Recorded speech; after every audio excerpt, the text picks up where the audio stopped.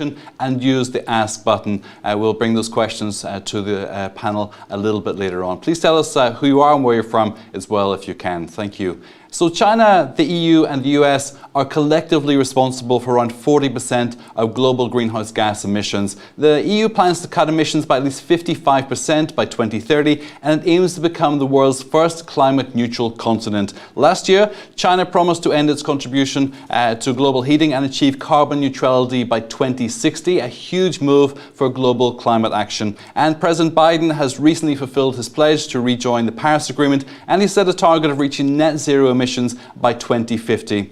By cooperating closely, China, the EU and the US could not only reach their climate targets faster, but they could help other countries do the same. So in this Euractiv virtual conference, we'll ask how China, the EU and the US can work together to drive the global fight against climate change, and could COP26 be a game changer? Our panel today, we have Jacob Worksman. He's the Principal Advisor for International Aspects of EU Climate Policy at DG Klima at the European Commission. Henrik Hahn, he's a member of the European Parliament, a member of the ITRE committee and the delegation to the US, the delegation to China for the European Parliament. Yi Qi, he's the director of the Institute for Public Policy at the Hong Kong University of Science and Technology. We also have Zhang Zilang, he's the director of Institute of Energy, Environment and Economy at Tsinghua University. And we have Wendell Trio, director of Climate Action Network Europe. And we have Irina Kostova, researcher on energy, resources and climate change at CEPS. Great to have you all with us this morning. I'm going to give you about 60 seconds or so just for your opening remarks, and then we'll start our conversation as well. Jacob, do you want to kick off? 60 seconds. Brian, see whether I can do justice to this very important topic in such a short time frame. But let me say that having followed the climate negotiations for almost 30 years now, I think it's fair to say that it's the first time where these three very important parties are actually vying for the mantle of leadership in terms of taking action on climate change, both through the support for the multilateral process, the negotiations under the Paris Agreement, but also in terms of their domestic policies. So I think that's a very good space to be in. However, while each of these parties is committed to making climate central to their diplomatic relations, I think we have to recognize that we're navigating some pretty tricky waters as well in that relationship in terms of our willingness to cooperate on human rights, on trade, and on security. But on climate, I think there's a great potential to cooperate as well as to compete in terms of shaping the net zero future that we've committed to in the area of renewable energy, new technologies such as hydrogen, electric vehicles, batteries, et cetera, and that we are key providers of policies, of standards, but also development cooperation and investment around the world in these areas. And so the potential is indeed very, very significant. What does leadership look like to the EU? What are our expectations of China and of the United States on the road to Glasgow and beyond?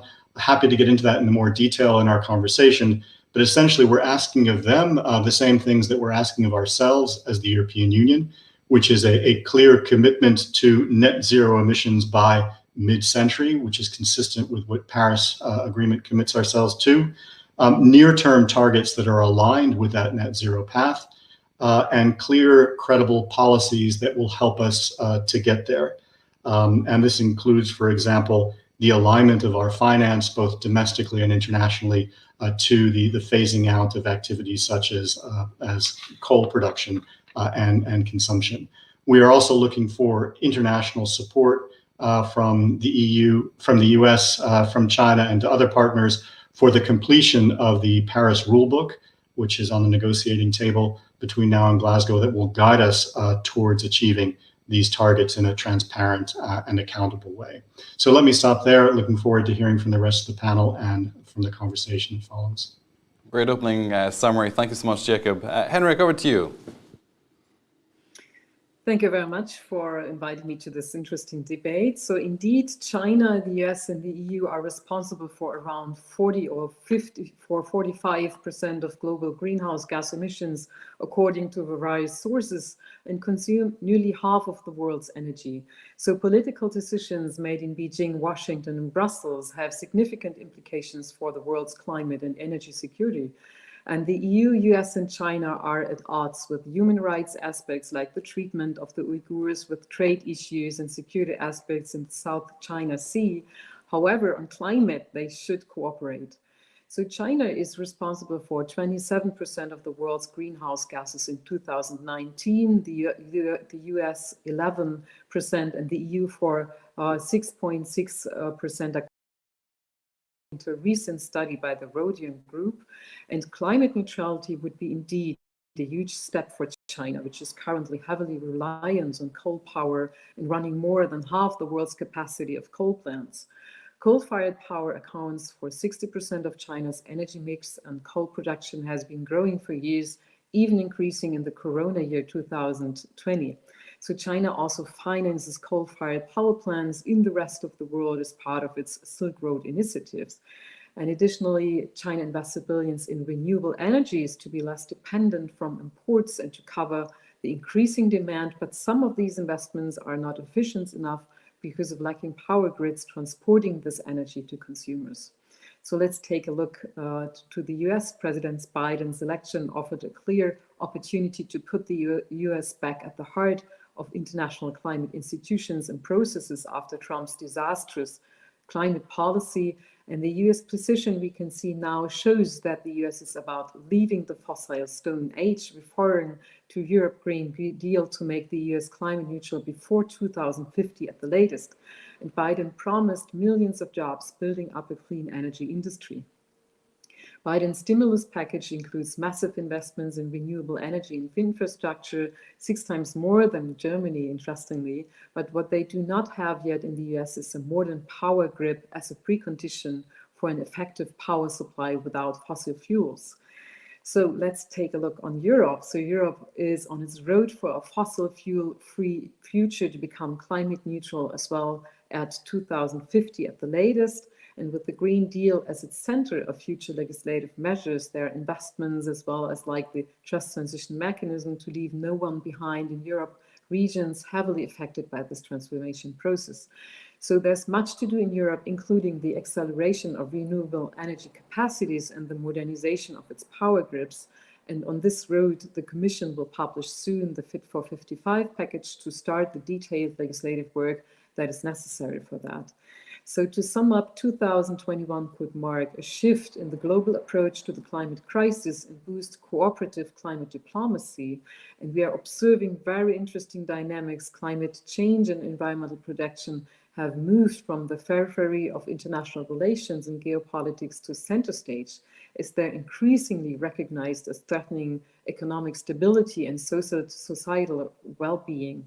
So in the meantime, there's a broad understanding that climate protection requires global action, and real-world action needs cooperation, competition, and consistency. So thank you very much, and looking forward to our discussion. Thank you so much. Yuki, over to you. To answer your question, I think that China definitely has the political will to cooperate, and if we cannot cooperate, and we'll lead the world anyway. So last year, September 22nd, when President Xi made the announcement that China will achieve the carbon peak before 2030 instead of around 2030, and to achieve carbon neutrality by 2060. So everyone agrees that was a major boost for climate change endeavor. We can recall before that day, and the entire world almost forgot there is such a thing as a climate change threat. And after that, everything changed. Everything changed. We have seen one after another, every country now is coming to agree on carbon neutrality. I think the Glasgow is really a major opportunity. If we can actually reach the consensus on carbon neutrality. And, for last 30 years, the developed world has basically failed the entire world by not meeting the common but differentiated responsibility. But now that we're still here finger pointing even today, this kind of thing. I think that kind of argument, that kind of mentality is totally outdated. We need to look forward, and we need to work together. And it's not always easy. It's not always easy. You talk about coal, and I just want to point out that, I have a paper a couple of years ago and pointed out 2013 was the peak for the coal consumption here in China. And for the last several years, we have never seen the coal just go back to the level of 2013. Why? Because the substitution of coal by clean energy is just going at such a rate never seen in the entire world. I think this is the kind of progress we need to address the climate change challenge. And we need to work together toward a bigger goal. Over to you.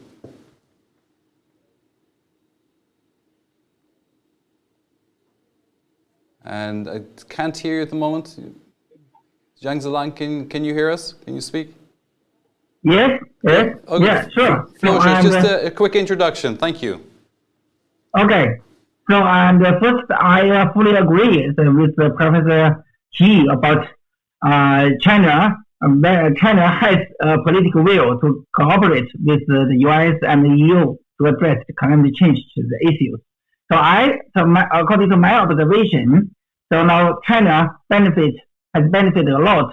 So in the past, in terms of the collaboration, so for the low carbon technology development and development, and also for the policy formulation. So and right now, so for example, the solar PV and wind turbine technology is mostly originated so in the US and the EU and transferred to China after a innovation, and also China become a major supplier of the solar PV, solar panels and wind turbines in the world, including to the EU and the US.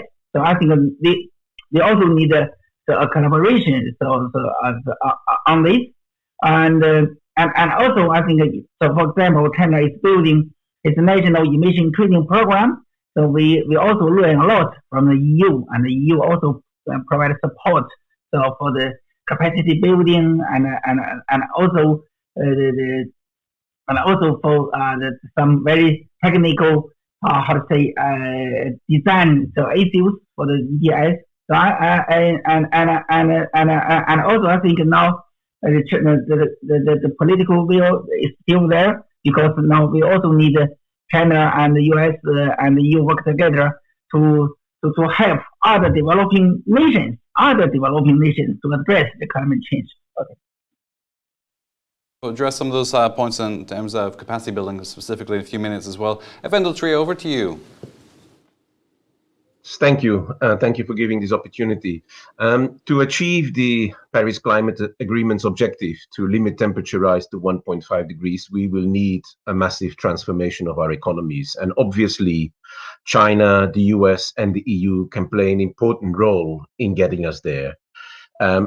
First of all, they can do that by taking sufficient action at home and by being kind of a leader of what kind of policies are being established. And while we've seen a number of progresses in all three countries, we are unfortunately not yet on track of that 1.5 degrees pathways. And we will need to do more in all three of these countries, as well as in all other countries of the world, but definitely in these three countries as the biggest emitters of the world, because recent assessments have shown that even with the updated 2030 climate pledges and with the updated commitments to net zero, we are still heading towards temperature rise of 2.5 degrees. And we know the disastrous impacts that will have on our economies and on our societies. Secondly, all three major emitters should engage in supporting and pushing other countries to do the same, to take ambitious emission reductions at home. They can do that in many different ways, through diplomatic means, etc., but also through the financial support they give to other countries. And the recent statement from the G7 environment ministers has been an important step there, and we need all countries to finish and eradicate support activities abroad, and instead we need to make sure that we get to the 100 billion dollars financial support that has been pledged before, and where we still need to make important steps. And finally, if I may, I think, of course, these three countries need to work together to get ambitious collective international agreements such as the Paris Agreement, and building on that to start up with, of course, getting an agreement on the Paris rulebook at COP26, but also getting agreements on how to run towards the global stocktake that is set for 2023, and that will be a major milestone to see whether we can still stay on track to the 1.5 target. Thank you. Wendell, thank you. Irina Kostova, over to you. Thank you, Brian. I would like to make three main points. And the first one, that this is definitely a momentum for closer cooperation on the climate. And all three top emitters we are discussing today made climate policy announcements and commitments by 2050 or 2060. And the key for boosting cooperation could be delinking climate from high politics, not only among the European Union, United States and China, as we are discussing today, but also in a dialogue with other key emitters and other nations. Would it be feasible? Well, of course, there is some window of opportunity exists, and key actors, key emitters are catching up in international leadership. The USA rejoined the Paris Agreement, as we know. However, climate itself steadily becomes an issue of hard security, I would speculate. And until now, climate leadership has been perceived mostly as soft power, by example, leadership by example. And in case climate becomes a proxy of hard security, then what implications it will have? Is the first question. My second point is, in this case, the European Union, as we know, has a very ambitious plan with objectives to rearrange its climate diplomacy under the European Green Deal. And the biggest question is what instruments it is going to use, as I like to put it, sticks and carrots, and what instruments to select and to use in negotiations with other countries. And my third and last point is that, of course, pledges to carbon neutrality by the mid-century is made by increasing number of countries. But what is also important not to overlook the 2030 targets, and maybe accelerated 2030 goals should be in the focus and should be monitored and discussed closely, because the farther the goals are, the more intentions to divert may arise. Thank you. Thank you. Thanks to all our panelists. You really set the scene for what we can discuss over the next hour or so. We've already got questions coming in from the audience. So please don't hesitate to send your questions in. We'll introduce those during the conversation as well, not everything just at the end. So if you want to have a question put to the panel, please do so as soon as possible and not at the last minute. Jacob, let's start. We have a 4-year window here essentially with the Biden administration. China's administration is stable, European administration direction is stable, and the United States seems stable for the next 4 years. And after that, we could end up with another hardline climate Republican administration. So what do you think is possible to achieve in terms of partnership in the next 4 years? Jacob. Thanks for that question. Well, whether it's 4 years or 2 years, I think is an open question, because I think a lot of what the Biden administration hopes to achieve in terms of rolling out domestic policy, whether it's through budget reconciliation for domestic purposes or international investment, will depend on the cooperation of Congress. And as we all know, there's a very thin, slim majority at the moment that the Biden administration can cooperate with on the side of the Democratic leadership. But in that window, whether it's 2 or 4 or 8 years, I think one of the things that the EU is looking for are signs that the administration is investing in policies and in actions that will endure over time. And so some examples of that would be obviously the use of investment in infrastructure, which will endure over time, the investment in developing standards, product standards, service-related standards that will shape the industries and the markets and the technologies of the future, therefore those will endure over time. Obviously, the way in which they participate in the shaping of multilateral rules in the Paris Agreement context will endure over time, even if there is a change of administration. And then, of course, we're hoping that they will move as quickly as possible to legislate in such a way that will persist over time as well. More specifically, we're looking for obviously more details as to what the US will do next to achieve its relatively bold target of 50 to 52% emissions reductions from 2005 levels by 2030. And we're looking for more confidence as to where they will derive the legal authority to achieve that. That's essentially what I would say. I think we have a good signals, as Wendell pointed out, from the G7 process, that the US is committing to the policies necessary to put it on the right track and encouraging others to do so.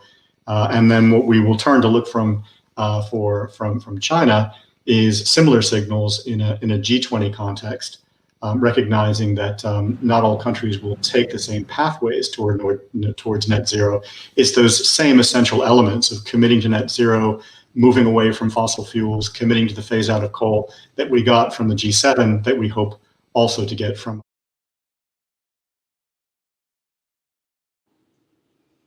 Let me put this to Henrika. You mentioned about the need to modernize the US power grid as well, and some of the things Jacob outlined there are easy to roll back. Legislation can be overturned with a majority in 2 years or 4 years as well. So that's something which is a risk element. Infrastructure is much harder to roll back once the investment's committed, once the structures are beginning to be built across the country. That seems as though it will continue to be so as well.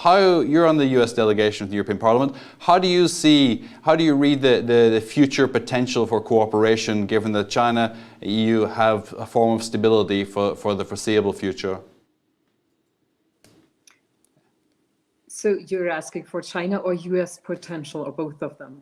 For the US, how much of a stable partner do you see? Yeah. Do you think we need to bind the US into this and with any expectation, or do you think China and the EU have to develop more of a relationship and hope that the US comes along? Yeah. I think it is quite promising what we see from the US now.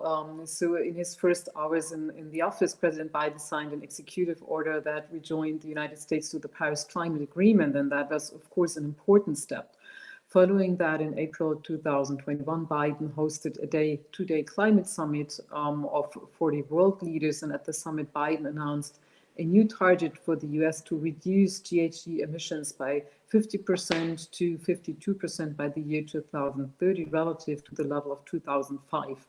So the new target is described as a considerable step forward in the fight against climate change, even though still not enough for reaching the 1.5 degrees targets.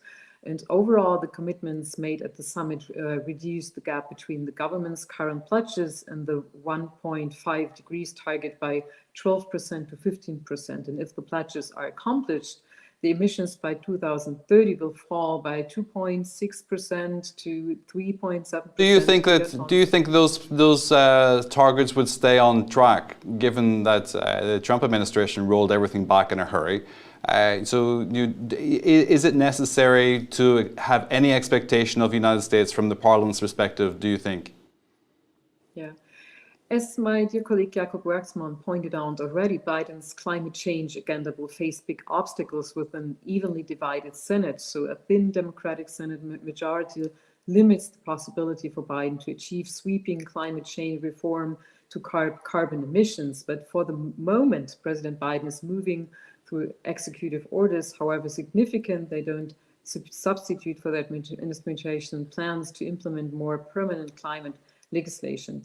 So what could stand in Biden's way in passing major climate reform on issues such as phasing out coal and oil with clean energy technology is moderate Senate Democrats and Republicans from fossil fuel states who oppose policies they view as harmful to the industries in their home state. But unlike in the European Union, a nationwide price on carbon is off the table for now. A carbon price with tax or carbon trade program would require legislation from the Congress, and such legislation has no chance of passing the current Congress. Without a price on carbon, sector-specific policies must carry the burden of reducing emissions. So we have lots of struggles, but I think in general, the US is about leaving its way towards a new century, I think. And that's a good step. And let me ask, thank you. Let me ask you, Yuki, you talk about major opportunities for COP26, what can come out of that as well. And you spoke about coal production hitting its peak in 2013. We'll talk about in more detail about what can be done next. But I want to ask about, Jacob mentioned at the beginning, climate, trade and security are the three areas that United States, Europe and China would hope for cooperation on. Trade is tricky. The European Parliament has put a roadblock on the investment agreement at the moment. Security, there's a lack of trust with China at the moment as well. Do you see any substantial obstacles to working with Europe and the United States on climate policy? I think yes. I think there are huge potential for the three parties to work together, but climate change cooperation has never been easy.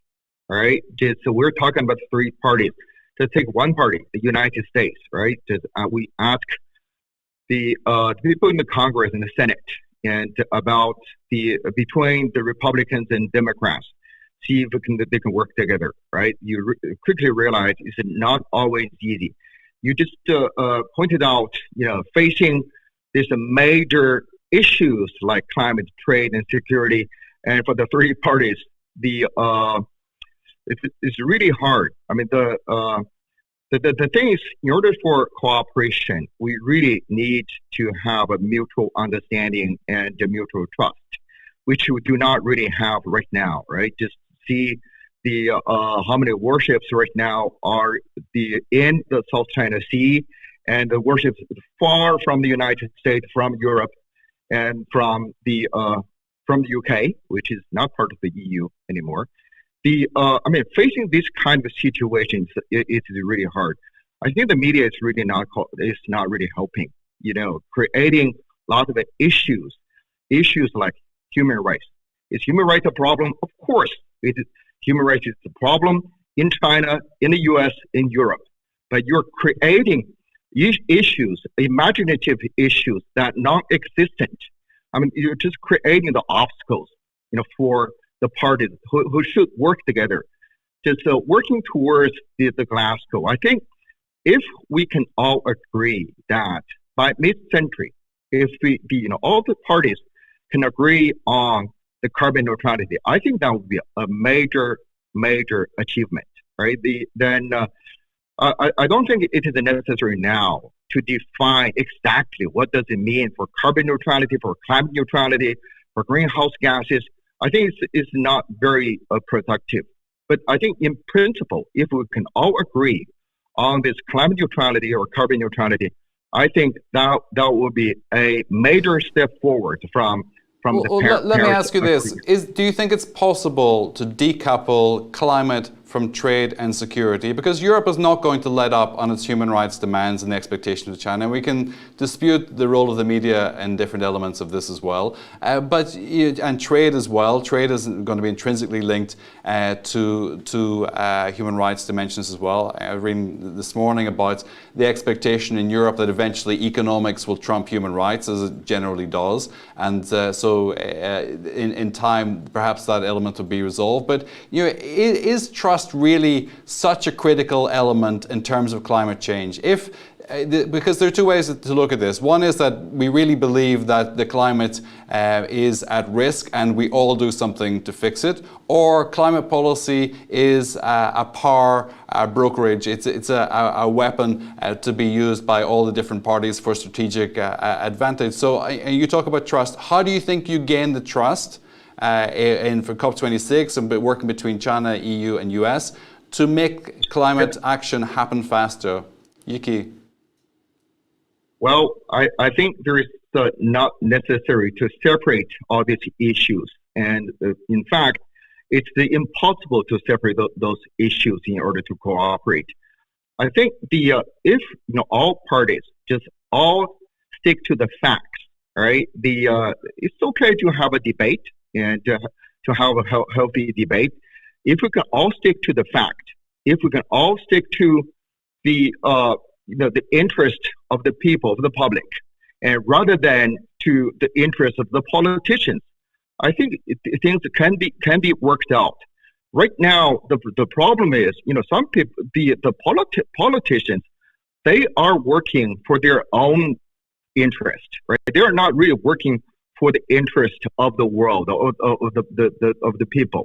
I mean, that is really the problem, and because of that, they're not really looking at the facts, right? They're not sticking to the truth, and they're just creating issues. So that's of course. I mean, if you just keep doing that, and there is just endless, quarrels and debates and not productive at all. I think there's a difference in perspective as to what the facts would be in this. I don't want to get into that today. I want to focus and stay focused on climate and the possibility for action and what that's actually going to look like. And this goes to Irina. Irina, you talked about climate as a matter of soft power or hard power. Do you see the capacity to decouple climate from trade and security, or like Iki says, these are intrinsically bound and they can't be separated? Irina. Thank you. Well, as I mentioned, climate for a long time has been perceived more as a kind of soft power by exemplary power. And with ongoing process, when climate issues are becoming mainstreamed in all policies, in all spheres of economies, well, yes, there might be reasonable to expect that climate issues will be mainstreamed also in high politics, in issues of hard security, for example. And also COP26 can be viewed as a further step towards more discussion on climate issues as an indispensable part of broad international politics. And in this regards, of course, whether climate, it's an interesting question whether climate leadership, how climate leadership will relate to political leadership, to conventional political powers in international politics. And that's it. Okay, thank you. Zhang Zulang, you talked about capacity building. Part of COP26 is really going to be focused on financing this as well. How do you think the financial structure for change is going to be worked out in COP26? What would your expectations be? And in terms of the cooperation, US, EU and China, clearly these are big players with huge financial capacity as well. So do you see the opportunity for cooperation on the financial platform that may come out of COP26? Definitely. So I think there is a huge opportunity for the US and China and the EU to work together to solve the financial the issues for addressing the climate change. So and I also think that right now, so that it looks like all other major issues have been solved. So for the implementation of the Paris Agreement, for example, the stock-taking issue has been resolved, and also the major parties now has already announced to update their NEC. But I think that the rules, the specific rules for the implementation of Article 6 is still a major issue. So I think that before the COP26 and the China, US, China, EU, and the three parties should be state together and discuss these issues together. And I think the agreement of the three parties should be very, very important for make progress on the rules of the implementation of Article 6. So during the COP26, and also I know China, US, and also the EU are the key players so in the international financial institutions such as the World Bank and also the Asia Development Bank. So I think that we also need cooperation to provide the finance for the developing and for the developing nations. And also I think and the US and China and the US and also can work together to introduce the policies Well, let me ask you in terms of how China invests in climate action. Does China invest specifically in climate to reduce its emissions, or does it see climate investment as an instrument of trade policy and security policy as well? How does China invest, and how does it view its investment in climate policy? Zhang Zilang. So I think now, so from in the context of China, so if China investment in the low carbon technology, it also means the strength, the decreased strength of the competition, industry competition, and also it's also it's also the good for improve China's energy security. So it's true because they use more renewable. And when China can reduce the import of oil and natural gas from the international markets, I think it's true. But I think it's also the same for other nations, for the EU, for the US, China, for the US, it's the same. Okay, and Wendell as well. How do you see this? Your expectations for COP26. What do you think is possible in terms of a good outcome? Well, yes, that still has to be seen. Obviously, we are in strange times where the current negotiations are happening or will be happening in a different format. Negotiations, the so-called intersessional, starting up soon. So I think our expectations for the COP will need to be adapted to what is really feasible in the current format. We do hope that we can come to a completion of the Paris rulebook. I think that will be important, but even more important is actually what will happen outside of the formal negotiation process. And will the COP and the fact that it finally happens bring enough pressure to governments to both increase their contribution in terms of emission reductions, and we still need a lot of new contributions there, but similarly will it also help us and help the world to increase climate finance commitments. As I said before, there was a commitment to raise $100 billion a year that has not been met yet, partially also because of the absence of the US in that debate. And maybe coming back to your previous question also, we've seen emission reductions in the US happening even under the Trump administration. I think that process has started and will not be stopped anymore under future Republican administrations if they come. But I think the issue of international outreach and international support is really what has suffered under the Trump administration. And this is where we hope that COP26 can create a new dynamic with sufficient provision of climate finance to developing countries, and in particular also to adaptation, not just to supporting emission reductions and supporting potential corporate interests in developing countries, but really also investing in adaptation and what is called loss and damage to support people on the ground. That will be an important sign. Okay, Wendell, let me ask you also on this as well. The Republican administration should have come back in a few years' time. It doesn't seem to care that much about climate, even though, as you say, there's still progress being made. It cares more about finance. And most people, I think, would take that view. So how do you incentivize the United States in terms of making money out of climate change? Is that argument still to be made sufficiently that investing in climate is the way to build a future economy, Wendell? Yes, the answer is yes. I mean, I think a lot has been done already, and we see that in specific states, even Republican governors and Republican state governments really invest in the alternatives because they see the economic benefits. And those economic benefits will only become more and more clear because renewables have become cheaper, et cetera, et cetera. So I think that the first steps have been set. the transition will be unstoppable in the US, even under a Republican administration. A Republican administration might slow down the transition, while actually we need an increase. So that would be unfortunate. But I do think that the more people also on the Republican side will see the economic benefits of climate action, the more they will be able to embrace that. Jacob, there's money in climate today. You know, is this the way that each of these partners is able to find a way to work together because it's necessary to invest in climate to build the economy of the future? Jacob.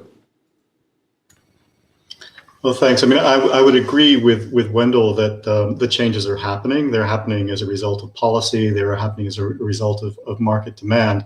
But I think he would agree with me that they're not happening fast enough. And so the policy signals and the market signals basically have to be amplified very, very significantly in order for us to meet the Paris Agreement goals. In the negotiations between now and Glasgow, we talk a lot about gaps and needing to close gaps. And I think that the finance gap appears in different sizes and shapes. The main one that we're focusing on as negotiators at the moment is the gap that takes place in terms of billions of dollars.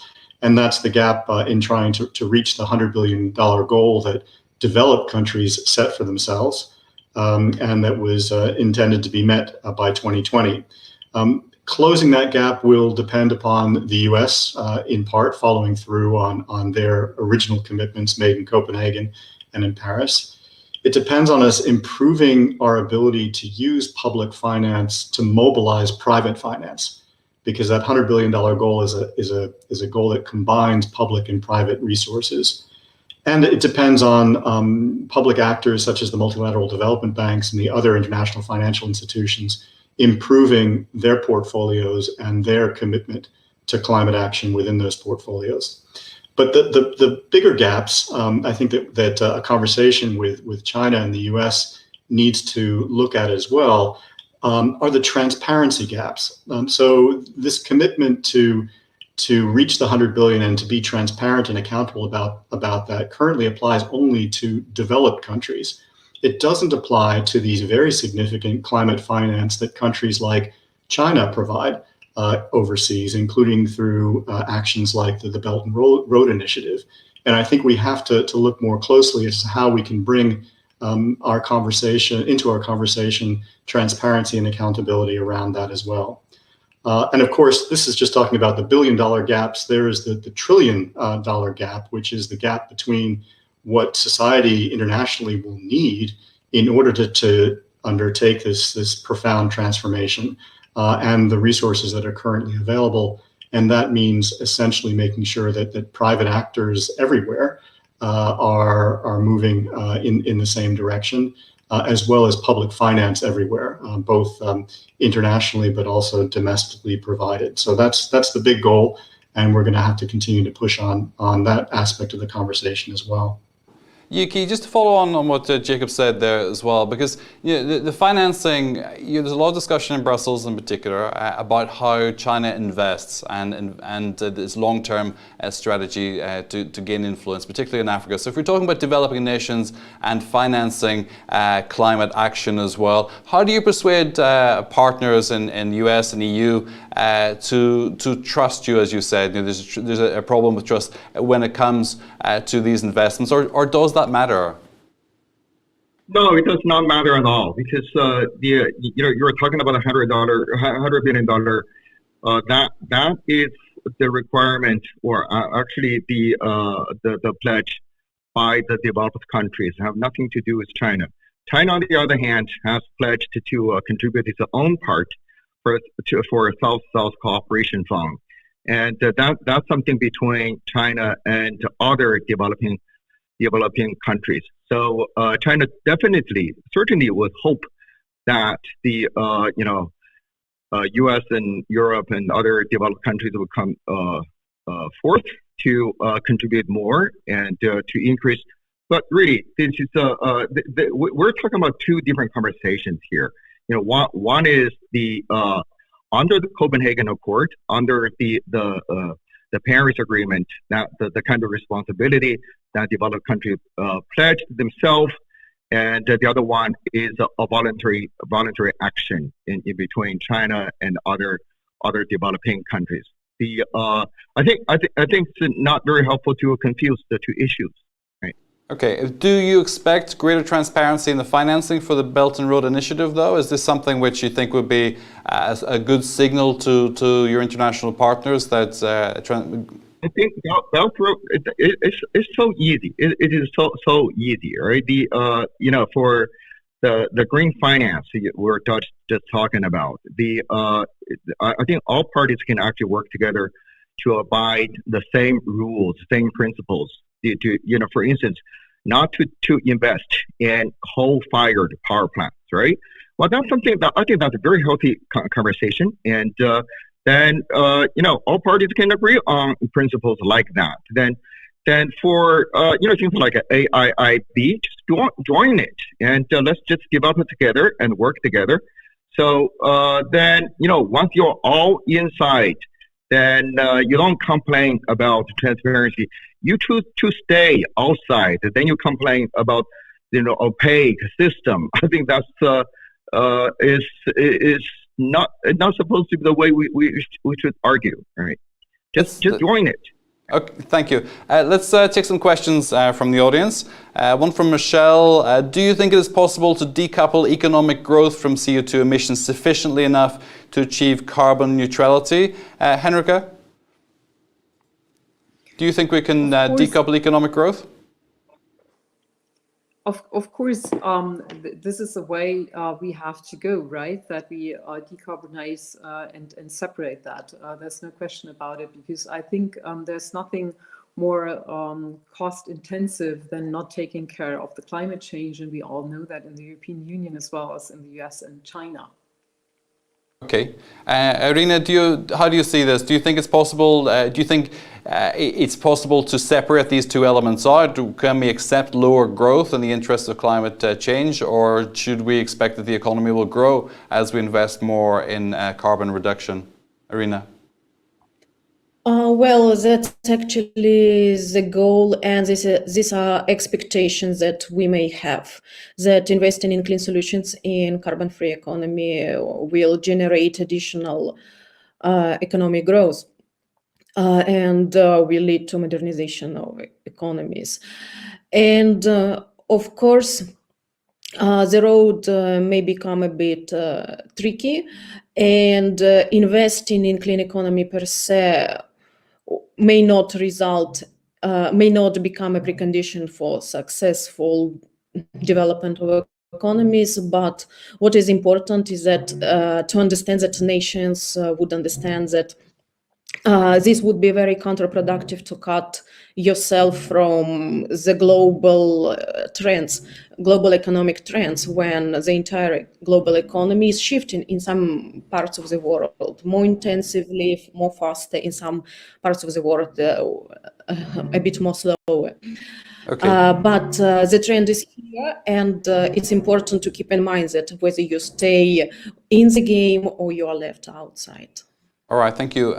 Wendell, maybe you want to try this one from Belinda Sharpa. She asks, how do you think the political risk of the EU's suggested carbon border adjustment mechanism could be managed? Thank you. Probably rather a question for Jake than for me, but I mean, it's very clear that climate change, if we want to solve it, we will need global cooperation. And the question mark obviously is whether a carbon border adjustment mechanism will help that international cooperation or not, because it both has this kind of stick and carrot. As such, the threat of the Cbam has already created debates in countries like Turkey, Russia, Australia, etc., about increasing their efforts. At the same time, implementing a Cbam might actually be counterproductive in terms of promoting this cooperation between countries. So I think there's definitely a number of issues that are very critical. Now, how to solve that? I think it's probably more for the Commission to come up with that proposal. But I think very clear that it has both risks and opportunities. Okay, Jake, do you want a quick word on that? No. Yeah, happy to. Sorry, no.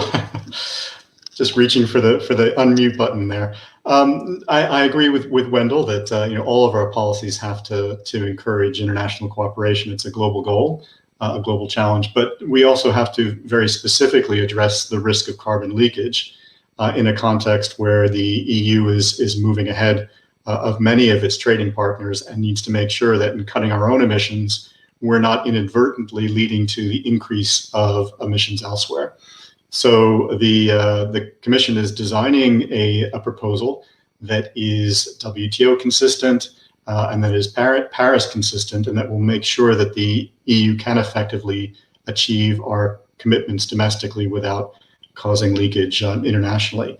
There will be, of course, a very long opportunity between there was a public consultation period prior to the Commission's proposal, and there will be a significant opportunity after the proposal is made to engage with partners, to explain the design choices that we've made, to take on board their comments, and to design something that we think can be in the future a model for other economies that will be facing a similar challenge, which we think is inevitable in a world where the level of effort will be asymmetrical for some time to come.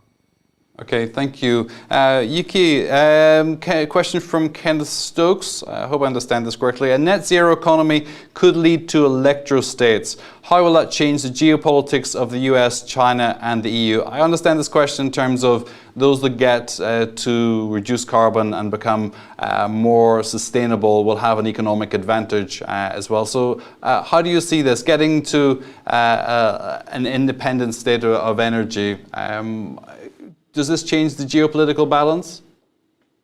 Well, it has changed the geopolitical balance when the United States to attain its own energy independence. Right? We have seen that when the U.S. turned from a oil importer to a oil exporter, I think the same thing can be said for any other countries. If you can achieve the energy independence, it definitely is a good thing for every country.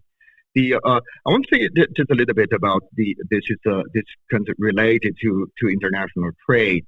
It talk about the carbon adjustment, the carbon border adjustment mechanism. I think the EU proposed. This is something I really agree that carbon leakage is a serious problem and needs to be addressed. However, that we need to evaluate whether or not Cbam is the right mechanism to address the carbon leakage. And furthermore, we need to understand if some people would like to use a Cbam as a weapon to achieve the advantage in trade or bring back some of the business back home. I think it's totally understandable. It's totally understandable. But we need to understand whether or not that is going to help the carbon reduction, whether or not that will going to help the climate change. The EU has been known for taking the leadership to achieve the EU ETS, and it took a long time for the EU ETS to actually work. Then for Cbam, I think we should not have a very high expectation because it's not going to work for a long time. Right before it's not going to work for achieving the climate goal. So I think this is something. It's very divisive, and it's just making things very complicated and really hard. Very bad for develop the mutual trust. Okay, thank you. Just to follow up on this, we have another question from Anna Hubert. Maybe Jacob, you want to respond to this. Anna says, how is the EU working with the US and China during the drafting of Cbam, which is scheduled for mid-July?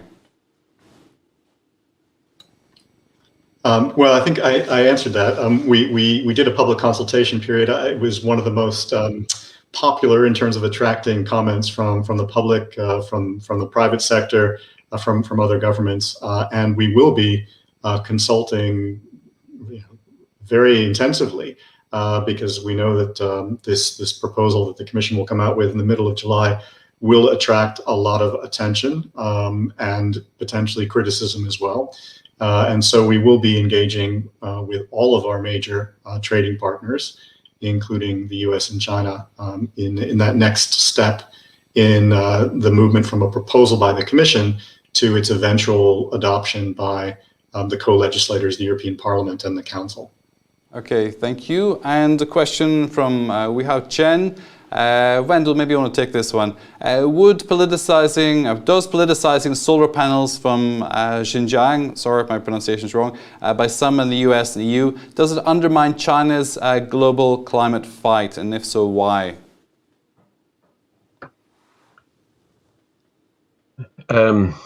Well, it's very clear that there is a strong linkage between all different challenges that we face, including climate change and human rights. So yes, I would say that problems related to how the alternative solutions, in this case, how solar panels are being produced, do have an impact on the image of these solutions. And so in that sense, we strongly believe that if there are human rights violations in solar power production, that they need to be tackled by everybody concerned.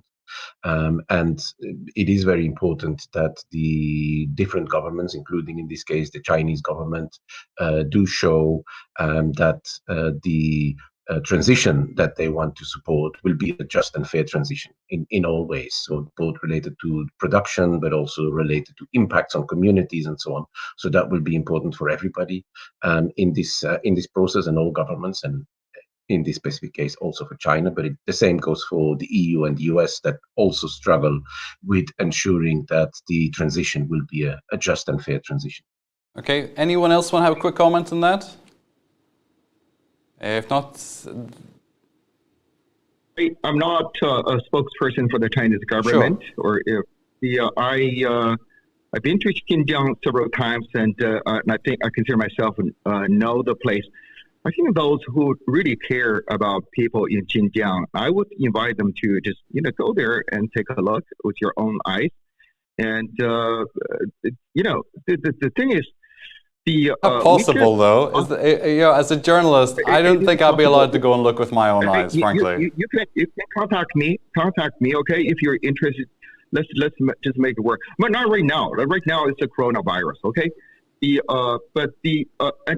but coronavirus should not be the excuse for making rumors and lies. Any action decision based on rumors and lies are not going to help on climate change, on the security issues, on trade. It's not going to help all of us, any of us. So I think let's do not weaponize, do not politicize the human rights issues. It's a bad idea.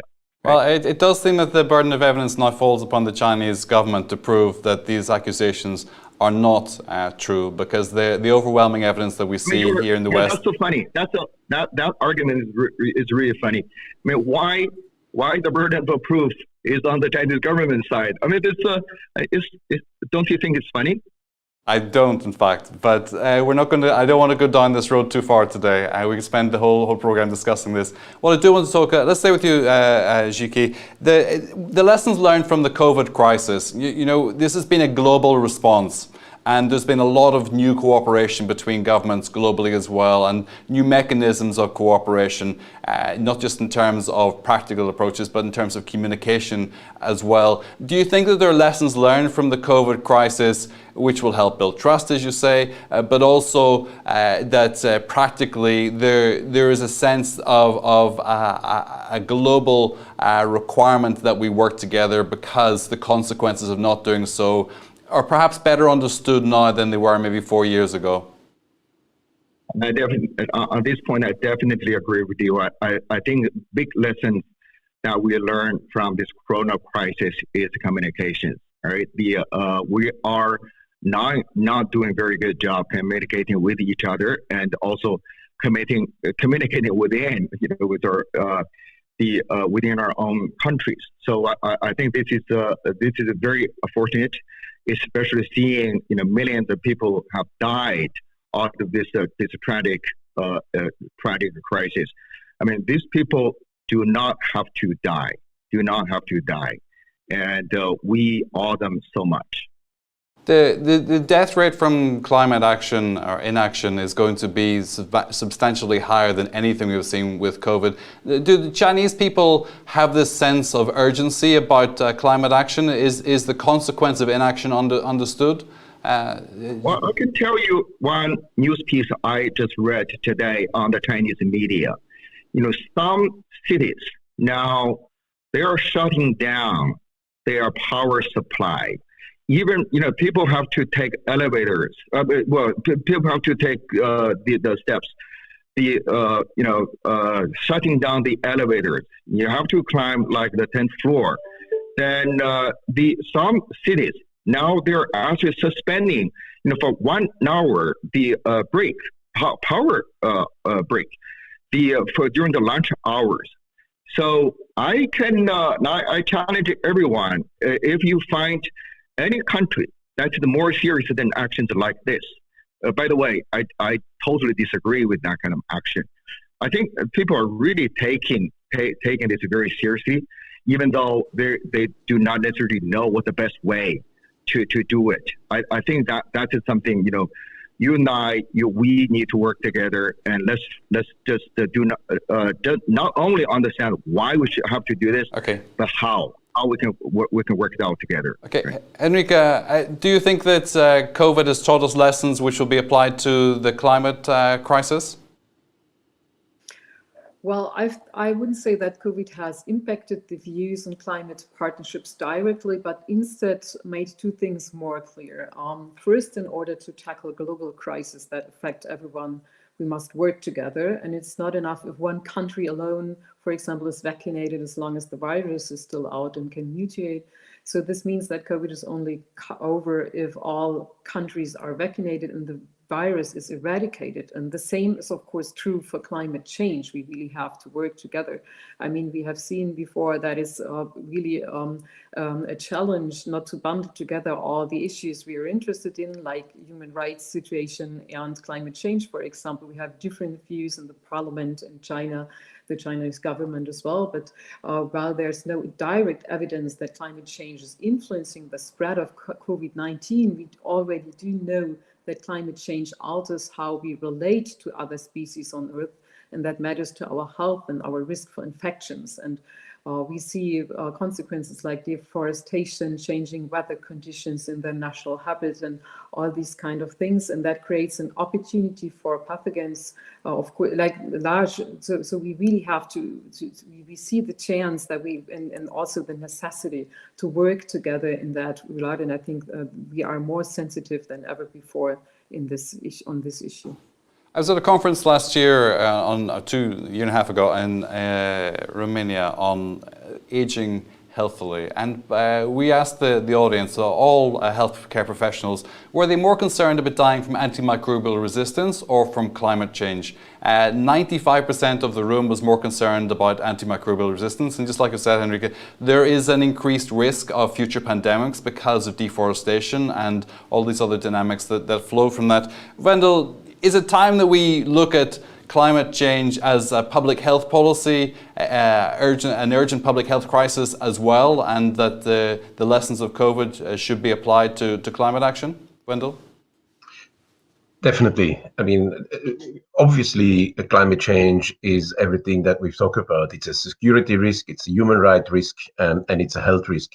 And the expectations and the assessments of what temperature rise of 2.5 degrees or more would bring really are devastating, and we need to take much more into account kind of what will happen if we are failing to take sufficient action. And that is not just about polar bears and low-lying islands, etc., but it is really about the population of the countries that we're speaking about. It's the population of China, the population of the European Union, and the population of the United States that will be threatened by the impacts of climate change, be there on health, be there economic, be there on many other issues. So yes, I think there is definitely a need for increased awareness about that, and this should help building this kind of alliance to go further than we're currently doing.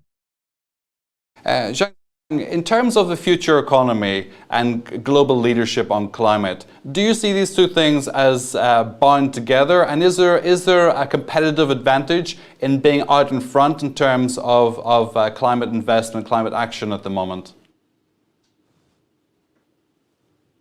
Zhang Zilang.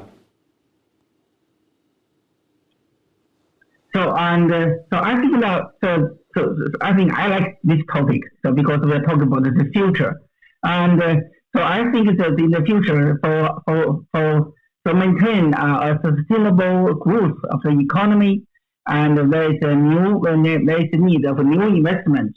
So in the low carbon technology. So and also this also very important to maintain the sustainable growth of the economy, and also it's also very important for a nation to maintain his industry's competitiveness. So I think this already, at least I think in China, so the industry leaders has already understand these issues. That's why so now the industry leaders very cooperative.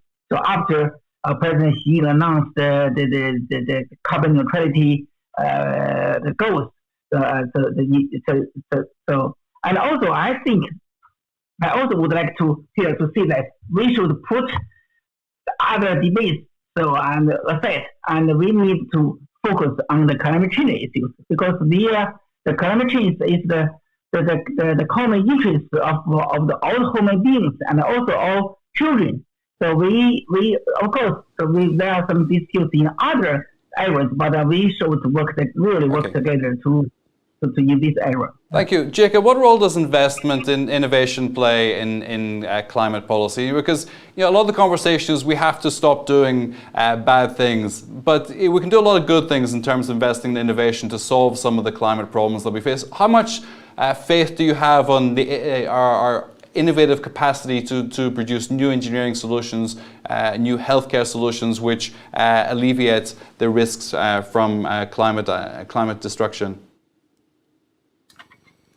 Well, I think innovation is a big part of the industrial strategies of every Paris party that's taking the challenge and the race to net zero seriously. I think we have to start by recognizing that many of the technological solutions are already available to us today. For example, the renewable energy technologies that we already rely on, and the challenge is more about increasing investment there and divesting from our current dependence on fossil fuels. But we also have to acknowledge that getting to net zero does require things that aren't fully commercializable yet. And this includes the example of green hydrogen that's often raised. It includes more efficient batteries and storage solutions. And it includes technologies that will help us to more effectively and efficiently capture carbon dioxide from the air and store it safely. Because we need, in order to reach 1.5 degrees and not to exceed it, to move more and more towards contemplating negative emissions, not just net zero emissions. So that will require investment in technology, both from the public and the private sector. Do you think that's a better communications approach to say we have to be negative on this? We have to be because the net zero seems half-hearted. We'll do okay. We'll get there. Should we be more ambitious in this, Jacob? As a communication strategy? I think we will need to be. I think we first need to get society's head wrapped around the concept of net zero and the necessity to get there and the benefits that we can experience and will experience when we do get there. But I think those planning longer term need to appreciate that the science is telling us that the emissions that we've released so far have already committed us to a path that requires us to think about negative emissions as well. Okay, we're coming close to our time, and we have a panel of 6. So I'd ask you just to keep short closing remarks, maximum 60 seconds. If you can hit 30, I'll be your friend forever. So Irina, let's start with you. 30 seconds for your closing soundbite. Thank you very much, Brian. I have 3 major points to conclude. So first one, Would the United States, China, and the European Union be able to institutionalize their climate cooperation? Well, that will be quite challenging. And as we see also during today's discussion, Cbam, ETS linkages, all these issues will require a lot of and lengthy negotiations. And that is why I point to maybe sectoral issues, cooperations on sectoral issues, so where interests of the actors may converge. That can become that success story that could drive the climate agenda further. That would be my guess. And third, even if these three actors do not reach formal cooperation, do not institutionalize their climate cooperation, ongoing shifts in the economies, as in the European Union, these commitments to the Green Deal, these shifts would demonstrate to the rest of the world a clear trend. And as these countries are the biggest markets in the world, then they will facilitate the ongoing shift also. Thank you. In other countries. Jacob, closing remark. Well, just to say that I agree with the comment that Yochi made earlier, that the commitments by as many as possible to the political goal of reaching net zero would be a significant accomplishment, but would have to add that those goals without the policies to achieve them aren't worth a great deal in terms of what the atmosphere sees. And so the next round of conversations that we'll be having with partners is looking at the European climate law and the efforts that makes to ensure that goal isn't just a political goal, but legally binding domestically. And then, of course, the Fit for 55 package of policies that we'll be rolling out that will include a CBAM proposal, but also many, many ideas about how we're going to be reshaping the European economy to put us on a pathway to net zero, including the revisions to the ETS, to our renewable energy targets, improvements in energy efficiency, electrification of the transport system, improving efficiency in buildings, et cetera, et cetera. And really, that's where the conversation needs to move next for those of us like the US and China that have made net zero targets. How do you get there? Thank you. Zhang Zilang. So I think that first I would like to emphasize that. So I think we should put other things aside and let the US, China, and EU work together to make sure the success of the COP26. I think it's very important. It's very immediate, task, immediate things. The second, I think the EU, China, and US can work together to set an environment which will enable the investment in the low carbon technology and some emerging technology such as the CCUS and on the carbon removal technologies and etc. And the third, so I think also the US, EU, and China can work together to help other developing nations to address their concerns related to the climate change, including provide technical support for those nations. 60 seconds. Henrike, can you hear us? Yes, I can. Okay, Thanks. over to you. So China, the EU, and US have been the most important parties to the United Nations Framework Convention on Climate Change, and not only due to their historical and current emissions, but also to their geopolitical power, which has enabled them to encourage or discourage greater mitigation ambition. And the climate ambition and cooperation of the EU, US, and China will be fundamental to the success of meeting at least the objectives of the Paris Agreement. And they might prioritize different approaches, including using the market, subsidy, green stimulus packages, and legislation or regulation to accelerate the transition to a low carbon society. But what will count at the very end is to reach net zero. And engagement of the EU with the US and China on climate is necessary because it has significant impact on European climate safety, of course. However, the reality of the complex EU-China relationship is that the hurdles to cooperation are becoming higher, that's clear. And the Chinese leadership has stated that it's committed to multilateralism and climate cooperation, and now it needs to act accordingly, and the EU needs to hold it accountable.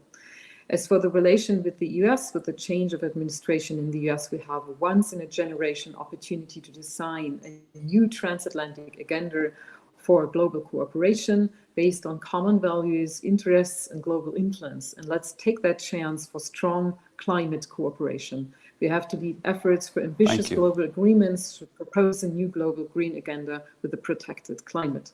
Thank you. Thank you so much. Yuqi, over to you. We're facing not one, but two major crises: climate change and the coronavirus pandemic. And these crises are huge reminder, unfortunate reminder of us. We should work together, and we are all as a community dependent of each other. And we did not do very well in the past, and we should not waste any good crisis. And it has been 29 years since the UNFCCC has been proposed. And I think right now we have a huge opportunity to actually make it work. Let's just work together and really, making this carbon neutrality a real achievement. Thank you. Thank you so much. Wendell, you have 30 seconds. Thank you. Well, we need the US, China, and the EU to really work together to create a positive dynamic on climate change that shows action on the ground in all three countries are committed and continuing, but also showing the benefits, the social, economic, and environmental benefits of the transition. I think that is very important. And they need to do that in an inclusive way so that they can bring all other countries on board, be it at the G7, the G20, etc., but most importantly, through the UN Framework Convention on Climate Change, as that is the place where all countries are to commit to tackling the climate change challenge. Thank you. Thank you. You're right on the money. Excellent. Thank you to all our panel today for a really concise and informative discussion. Really appreciate the different views you brought today. Thanks to the Mission of China to the European Union for supporting the discussion today. And to our team here at Euractiv, to Malta, Evie, Simona and Matteo. And also to you, our audience, thanks so much for being engaged. We have a lot of questions. We weren't able to bring all of them through today, but you'll be able to follow up. The broadcast will be published online, and you can continue to tweet using the hashtag EA Debates and also at Euractiv as well. I wish you a good morning. I'm Brian Maguire.